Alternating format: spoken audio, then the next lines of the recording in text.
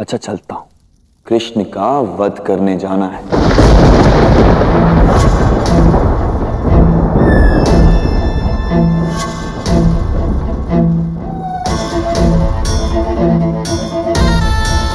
विवाह पश्चात प्रथम रात्रि के मिलन की प्रतीक्षा रहेगी।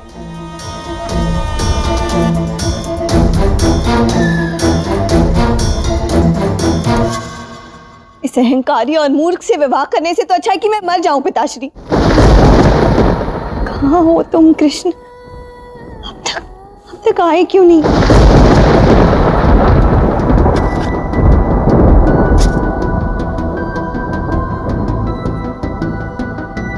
ये देखो इसे। दाऊ आप तो सहायता नहीं करेंगे कह रहा था, और सहायता के नाम पर सारा कार्य तो मुझसे करवा रहे और स्वयं चैन से सो रहा है। यहाँ पर्वत खोदकर सुरंग बनाने का सारा कार्य मैं करूं और ये निश्चिंत होकर विश्राम करे। सत्य में इस अवतार में कान्हा और उसकी लीलाओं ने सबसे अधिक तो मुझे ही सताया है।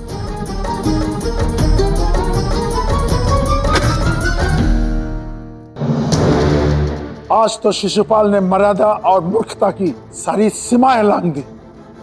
मगध सम्राट यहाँ उसकी राह देख रहे और वो एक तुच्छ सी कन्या से मिलने चला गया। अरे इस आयु में इतनी उत्तेजना स्वास्थ्य के लिए हानिकारक होती है। शांत शांत। आ तो गया मैं। शिशुपाल, इतना अहंकार अच्छा नहीं है। मत भूलो कि तुम भारत वर्ष के सम्राट से बात कर रहे हो। तुम मुझे छोड़कर एक कन्या से मिलने गए।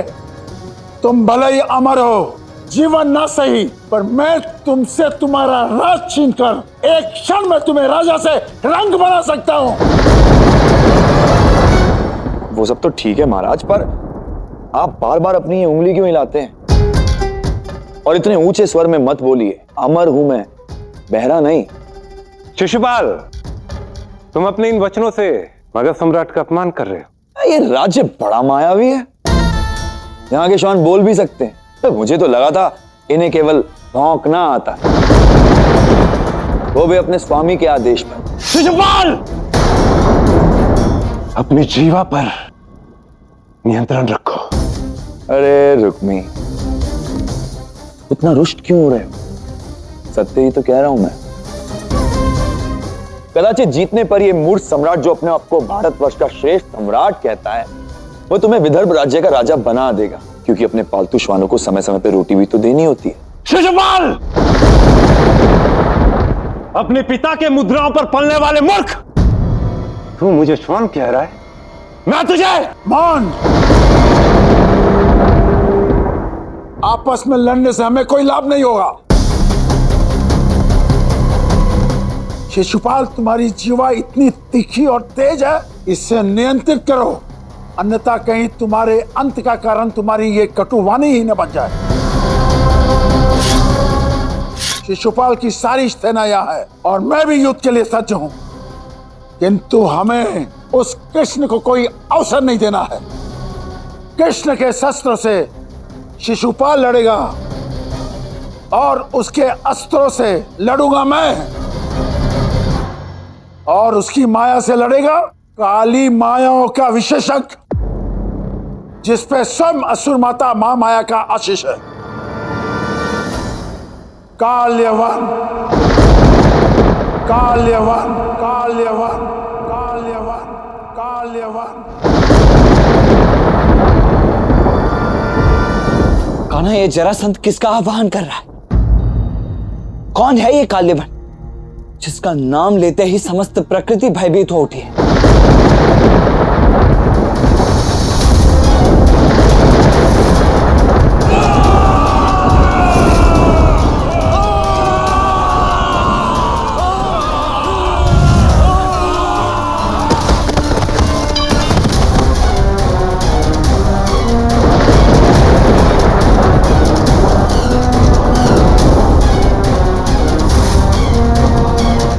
आओ मेरे मित्र, प्रकट हो।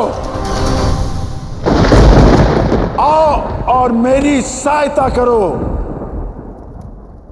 आओ काल्यवन, सीख रहा हो।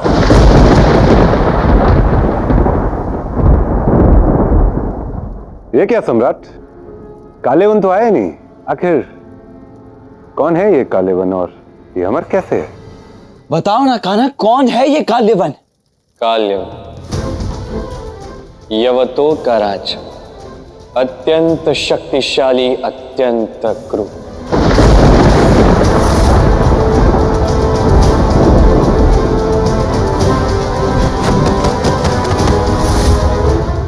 असुर बुद्धि है किंतु अमर है।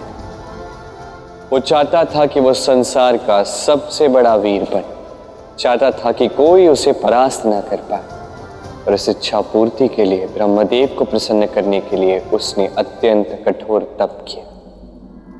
ओम ब्रह्मदेवाय नमः। ओम ब्रह्मदेवाय नमः।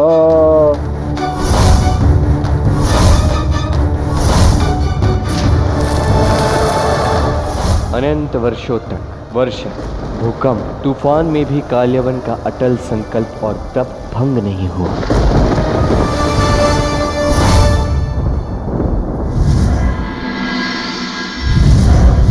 प्रकृति ही नहीं, देवताओं ने भी अपनी शक्ति से अनेक प्रयास किए।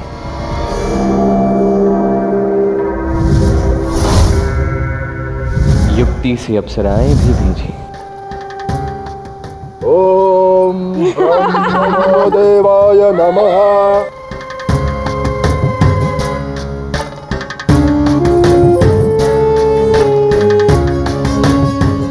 जब सभी प्रयास असफल रहे, तब सभी देवता ब्रह्मदेव के पास पहुंचे।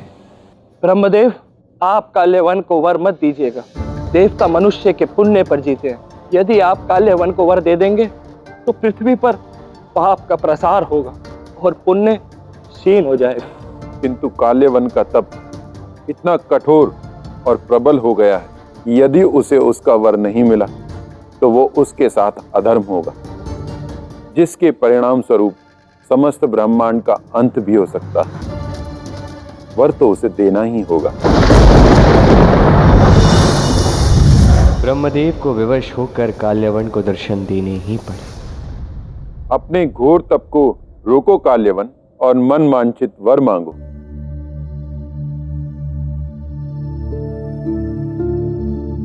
प्रणाम ब्रह्मदेव। ब्रह्मदेव, मैं इस पृथ्वी का सर्वश्रेष्ठ योद्धा बनना चाहता हूं।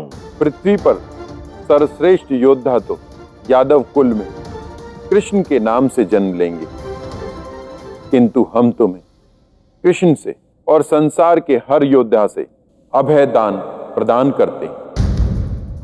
पर यदि तुम संसार के सर्वश्रेष्ठ वीर कहलवाना चाहते हो तो तुम्हें कृष्ण को परास्त करना होगा, तभी तुम संसार के सर्वश्रेष्ठ वीर कहलाए जाओगे।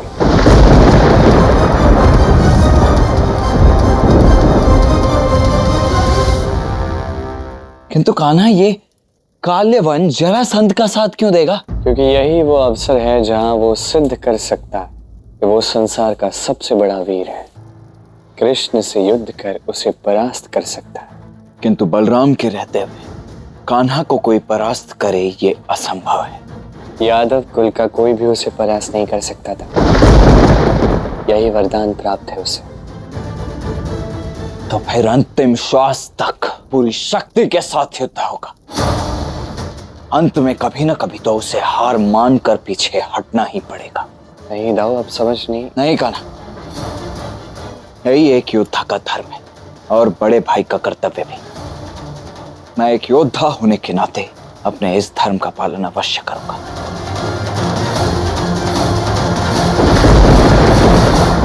काल्यवन, मैं यादव कुल के कृष्ण से युद्ध करने जा रहा हूं।